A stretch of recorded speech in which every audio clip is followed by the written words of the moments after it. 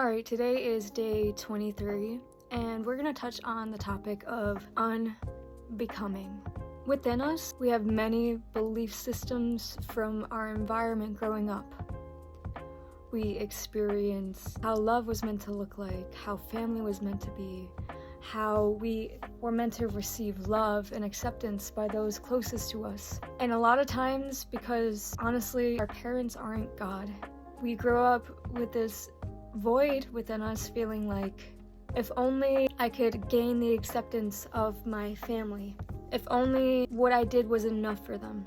And the reality of these limiting beliefs is you have to learn to forgive your parents and forgive the resentments that you have, because the thing is, those resentments will show up in all your other relationships because it's unhealed.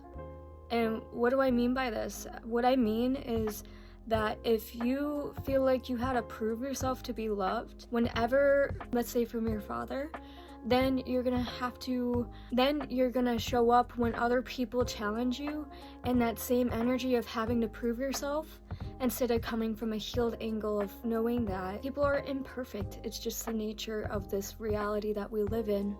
And the only perfect being that is meant to be within all of us at all times is our relationship with God.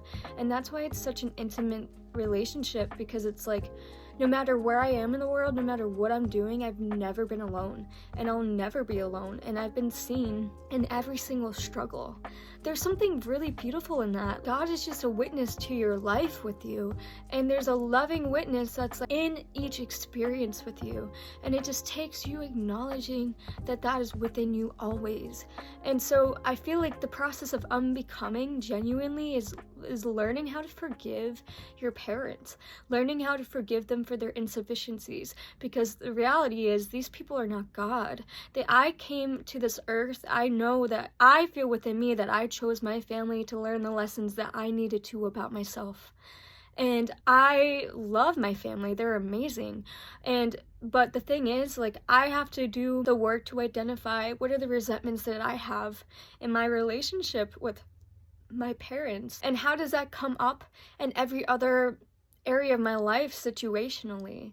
So the process of becoming, because once you empty yourself out of resentments, out of needing to be addicted towards certain behaviors or chemical reactions that you might have, whether it's the chemical reaction of sadness or anxiety or whatever emotional state that is not a state of alignment towards the true self and alignment of God, then it's like you have to do that work within you to love yourself enough and respect yourself enough to say, I'm seeing what's happening here.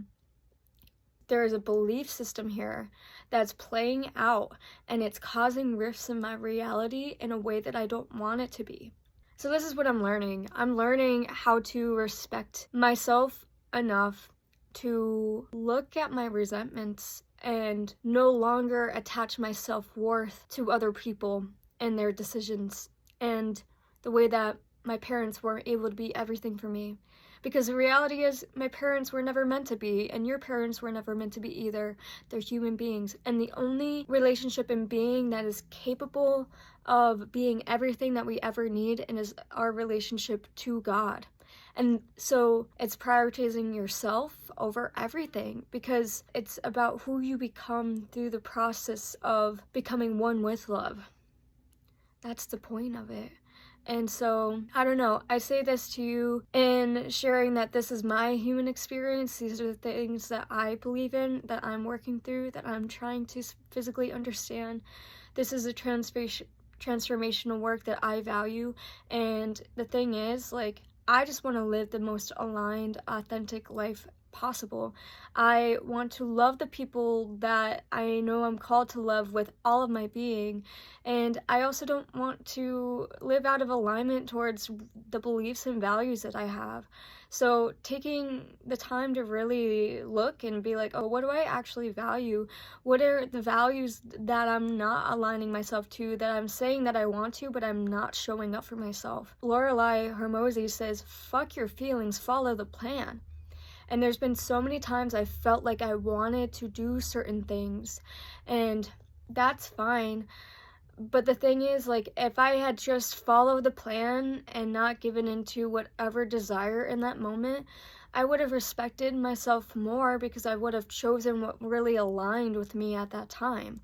So you have to love yourself enough to really stick to your standard and raise it and say, oh, I'm not showing up as the woman that I want to be in my life. I'm not showing up for the relationships that I want.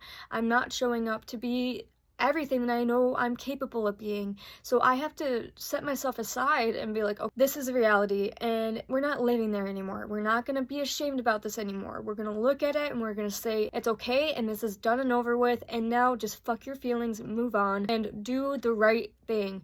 Make the right move. Follow what you know you need for you, and don't do anything less than that, because if you give in to something because of immediate pleasure, it's gonna wear on you. It's instant gratification. It's not the true perseverance that you're meant to be called to live through. And so it's gonna diminish your self-worth and self-esteem, because it's like you're not doing what you know you wanted to do. I could have been saving money this whole time. I could have been focusing more about my journey with my own self and relationship to God, opposed to falling into cycles that were toxic. And so all these things are fine, but it's a level of acceptance and knowing that I have to be okay. I have to be okay with moving forward and being uncomfortable to follow a new way. That's what it is. And so I say this to you to encourage you that it's okay, we're human, but you deserve to be who you want to be. And I'm actually looking at what's in front of me. I have, this is my vision board for 2025. Look at it. Oh my God, it's good. I have to remind myself that this is who I want to be. This is who I want to embody. I want to be this warrior. I want to be strong. I want to be the first millionaire in my family. I want to love where I know it's only me all of my days. I want to be the best version of myself. I want to be successful and be paid for being who I am.